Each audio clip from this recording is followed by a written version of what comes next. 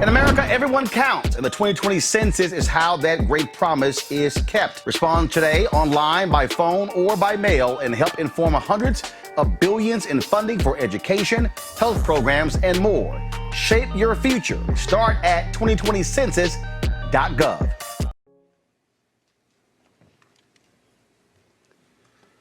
Good evening. Ella Baker, a giant of the civil rights movement, left us with this wisdom: give people light, and they will find the way. Give people light. Those are words for our time. The current president has cloaked American darkness for much too long. Too much anger, too much fear, too much division. Here and now, I give you my word. If you entrust me with the presidency, I will draw on the best of us, not the worst. I'll be an ally of the light, not the darkness. It's time for us, for we the people, to come together.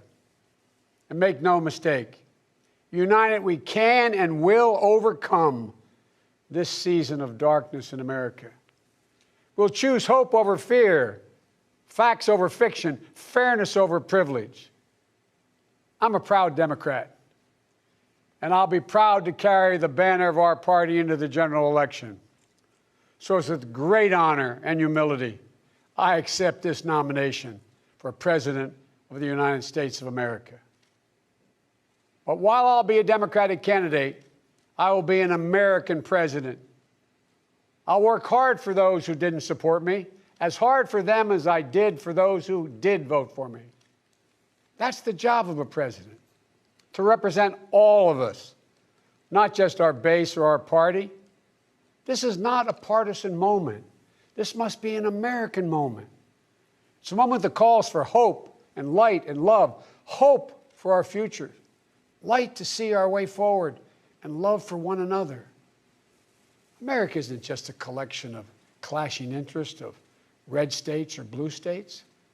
We're so much bigger than that. We're so much better than that. You know, nearly a century ago, Franklin Roosevelt pledged a New Deal in a time of massive unemployment, uncertainty, and fear.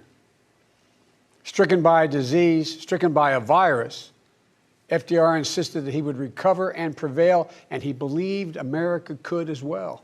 And he did, and we can as well. This campaign isn't just about winning votes. It's about winning the heart and, yes, the soul of America. Winning it for the generous among us, not the selfish. Winning it for workers who keep this country going, not just the privileged few at the top. Winning it for those communities who have known the injustice of a knee on the neck. For all the young people who have known only America being rising inequity and shrinking opportunity. They deserve the experience of America's promise. They deserve to experience it in full. You know, no generation ever knows what history will ask of it.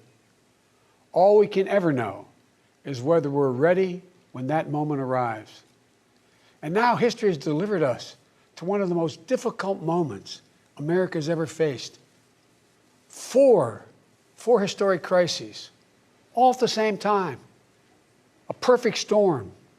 The worst pandemic in over 100 years. The worst economic crisis since the Great Depression. The most compelling call for racial justice since the 60s. And the undeniable realities and just the accelerating threats of climate change. So the question for us is simple. Are we ready? I believe we are. We must be. You know, all elections are important. But we know in our bones this one is more consequential. As many have said, America is at an inflection point. A time of real peril, but also of extraordinary possibilities. We can choose a path of becoming angrier, less hopeful, more divided, a path of shadow and suspicion, or we can choose a different path and together take this chance to heal, to reform, to unite, a path of hope and light. This is a life-changing election.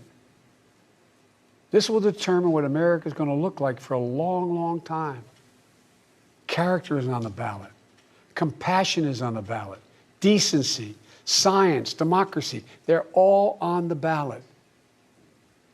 Who we are as a nation, what we stand for, and most importantly, who we want to be, that's all on the ballot. And the choice could not be more clear. No rhetoric is needed. Just judge this president on the facts. 5 million Americans infected by COVID-19. More than 170,000 Americans have died. By far the worst performance of any nation on earth. More than 50 million people have filed for unemployment this year. More than 10 million people are going to lose their health insurance this year. Nearly 1 in 6 small businesses have closed this year. And this president, if he's reelected, you know what will happen. Cases and deaths will remain far too high. More mom and pop businesses will close their doors, and this time for good. Working families will struggle to get by. And yet the wealthiest 1% will get tens of billions of dollars in new tax breaks.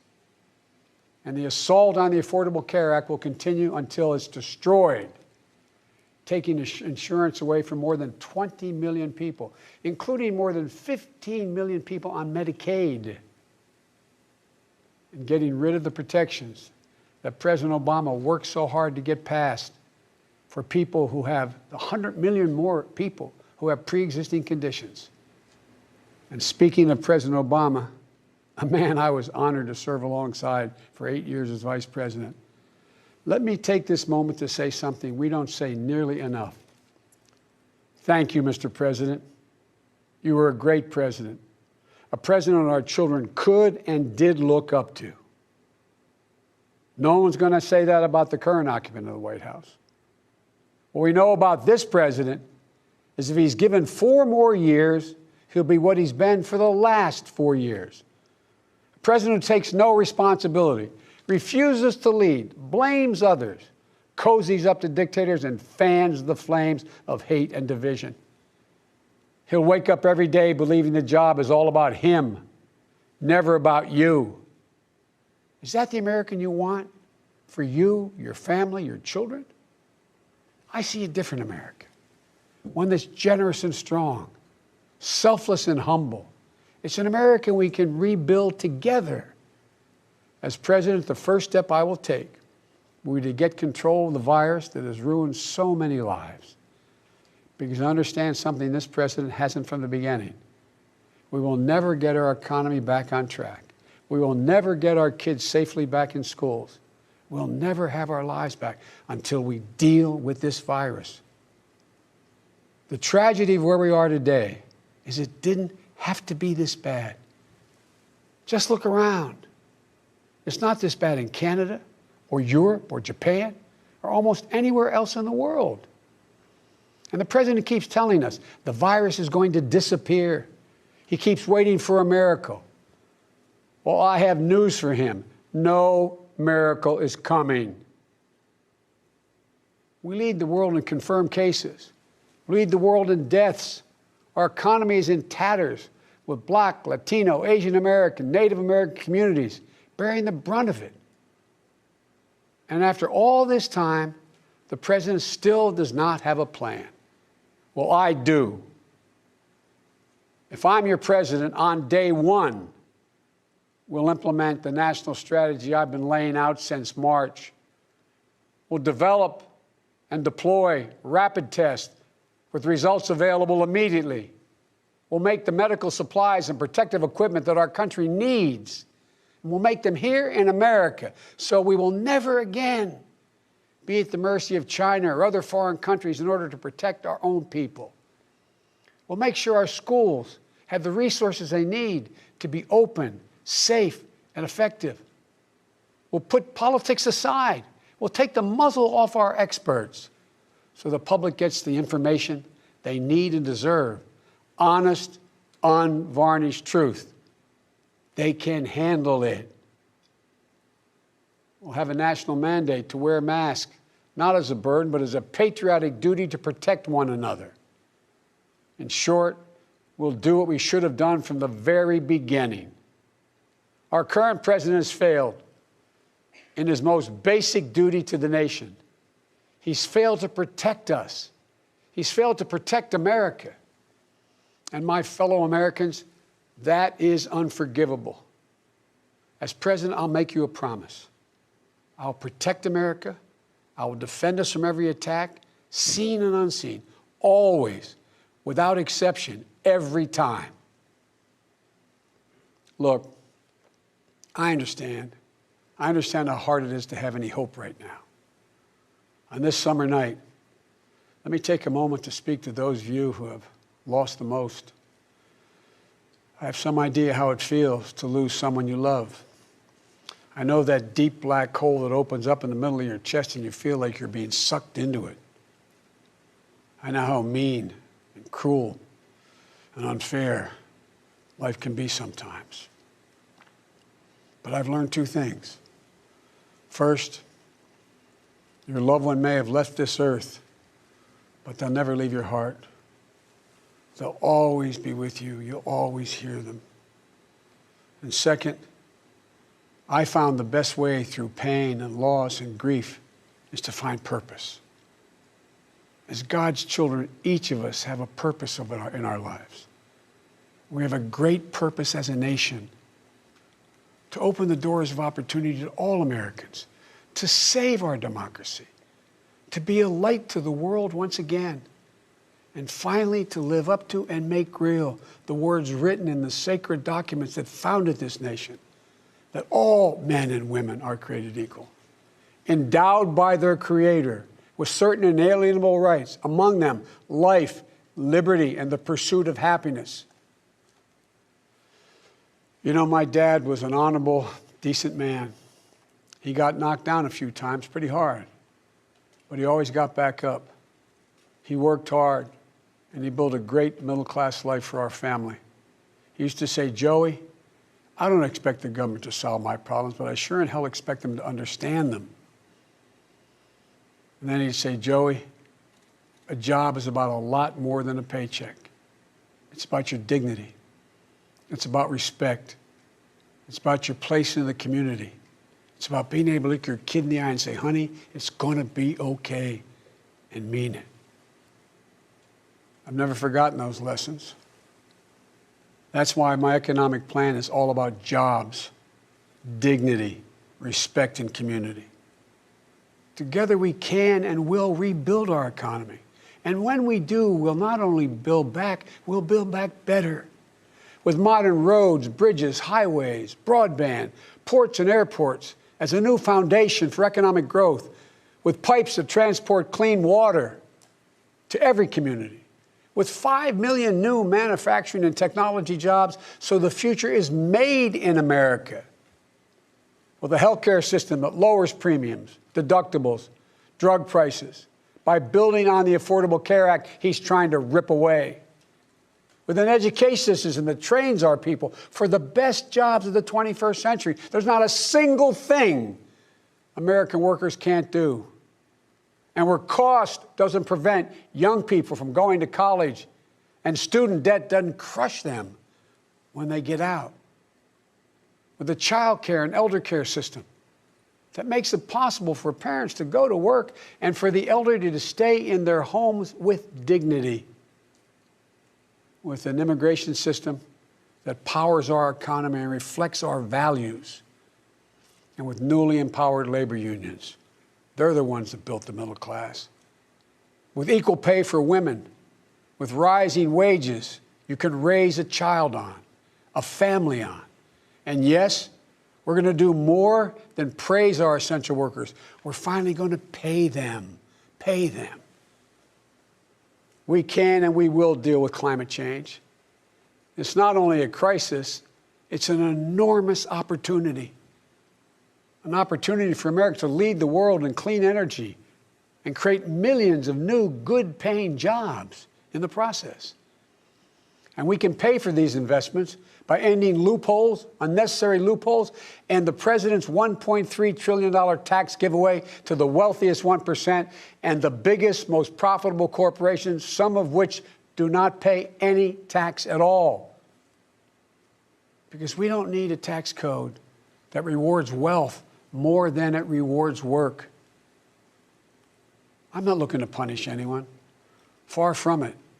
But it's long past time the wealthiest people and the biggest corporations in this country paid their fair share.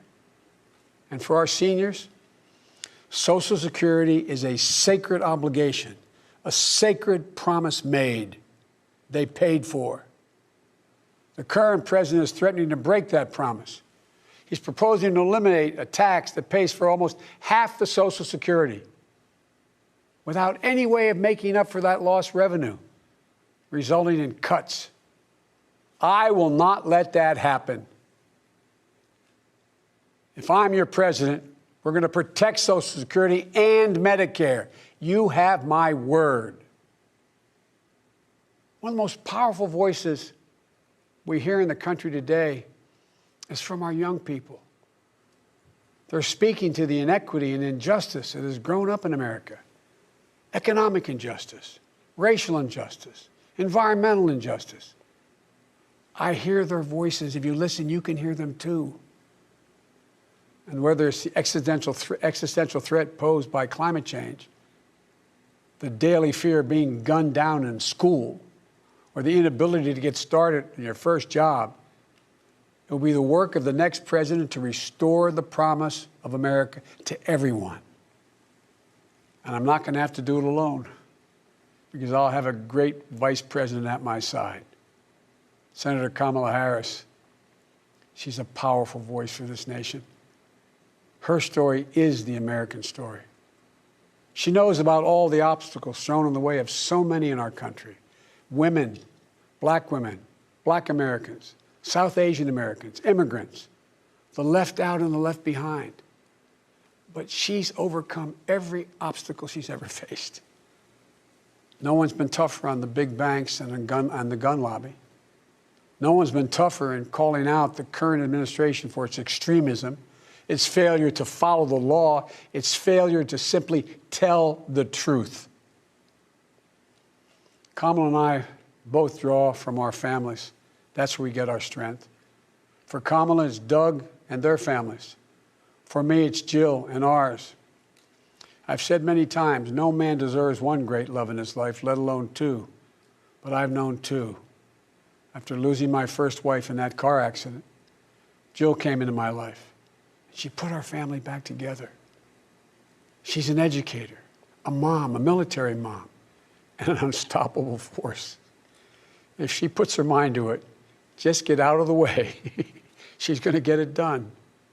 She was a great second lady, and I know she'll make a great first lady for this nation. She loves this country so much. And I'll always have the strength that can only come from family. Hunter, Ashley, all our grandchildren, my brothers, my sister, they give me courage. They lift me up. While he's no longer with us, Bo inspires me every day. Bo served our nation in uniform.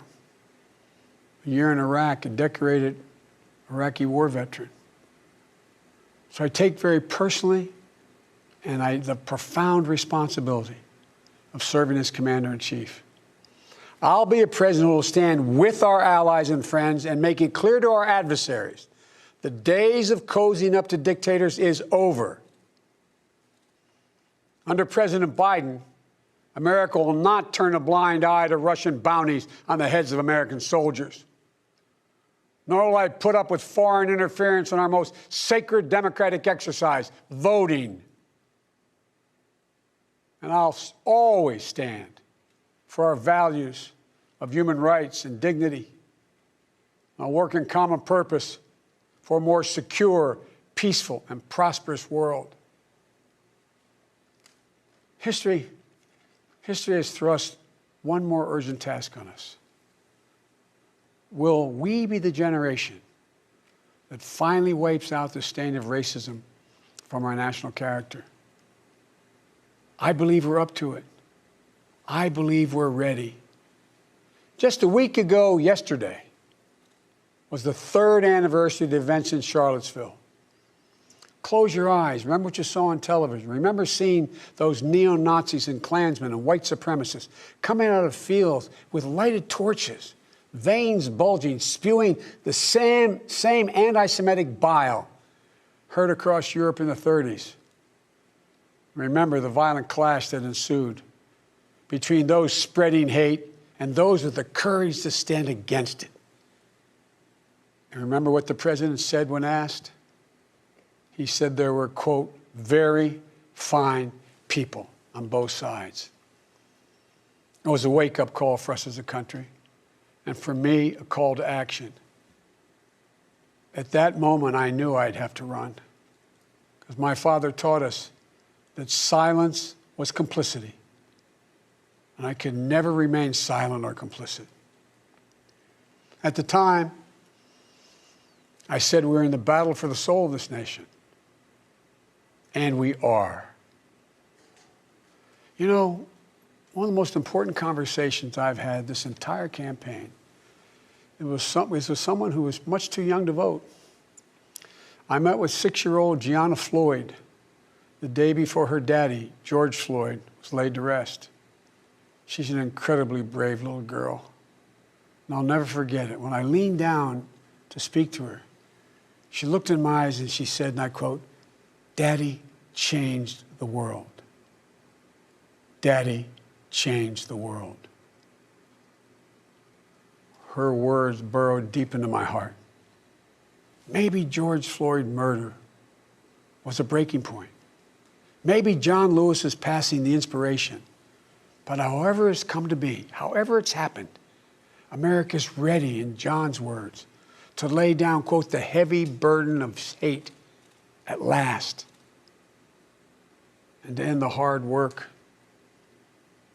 of rooting out our systemic racism. You know, American history tells us that it's been in our darkest moments that we've made our greatest progress, that we found the light. In this dark moment, I believe we're poised to make great progress again, that we can find the light once more. You know, many people have heard me say this, but I've always believed you can define America in one word: possibilities. The defining feature of America: everything is possible. That in America, everyone, and I mean everyone, should be given an opportunity to go as far as their dreams and God-given ability will take them. We can never lose that. In times as challenging as these, I believe there's only one way forward. As a united America, united in our pursuit of a more perfect union, united in our dreams of a better future for us and for our children, united in our determination to make the coming years bright. Are you ready? I believe we are. This is a great nation. We're a good and decent people. For the Lord's sake, this is the United States of America. And there's never been anything we've been able to accomplish when we've done it together. The Irish poet Seamus Heaney once wrote, "History says, don't hope on this side of the grave, but then, once in a lifetime, the longed-for tidal wave of justice can rise up and hope and history rhyme." This is our moment to make hope and history rhyme. With passion and purpose, let us begin, you and I together, one nation, under God, united in our love for America, united in our love for each other. For love is more powerful than hate, hope is more powerful than fear, and light is more powerful than dark. This is our moment. This is our mission. May history be able to say that the end of this chapter of American darkness began here tonight, as love and hope and light join in the battle for the soul of the nation. And this is a battle we will win, and we'll do it together. I promise you. Thank you, and may God bless you, and may God protect our troops. All right, folks, back to our Roland Mark Unfiltered video in just one moment. As our community comes together to support the fight against racial injustice, I want to take a second to talk about one thing we can do to ensure our voices are heard. Not tomorrow, but now. Have your voices heard in terms of what kind of future we want by taking the 2020 census today at 2020census.gov? Now, folks, let me help you out. The census is a count of everyone living in the country. It happens once every 10 years. It is mandated by the U.S. Constitution. The thing that's important is that the census informs funding, billions of dollars, how they are spent in our communities every single year. I grew up in Clinton Park in Houston, Texas, and we wanted new parks and roads and a senior citizen center. Well, the census helps inform all of that and where funding goes. It also determines how many seats your state will get in the U.S. House of Representatives. Young black men and young children of color are historically undercounted, which means a potential loss of funding for services that helps our community. Folks, we have the power to change that.